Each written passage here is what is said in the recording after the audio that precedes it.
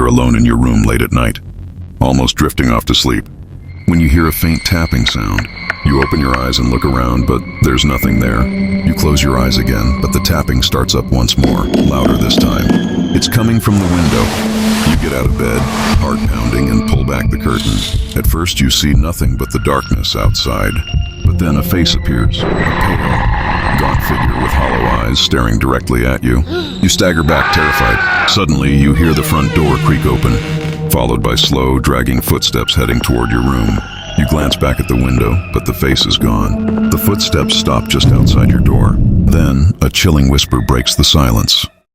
I found you.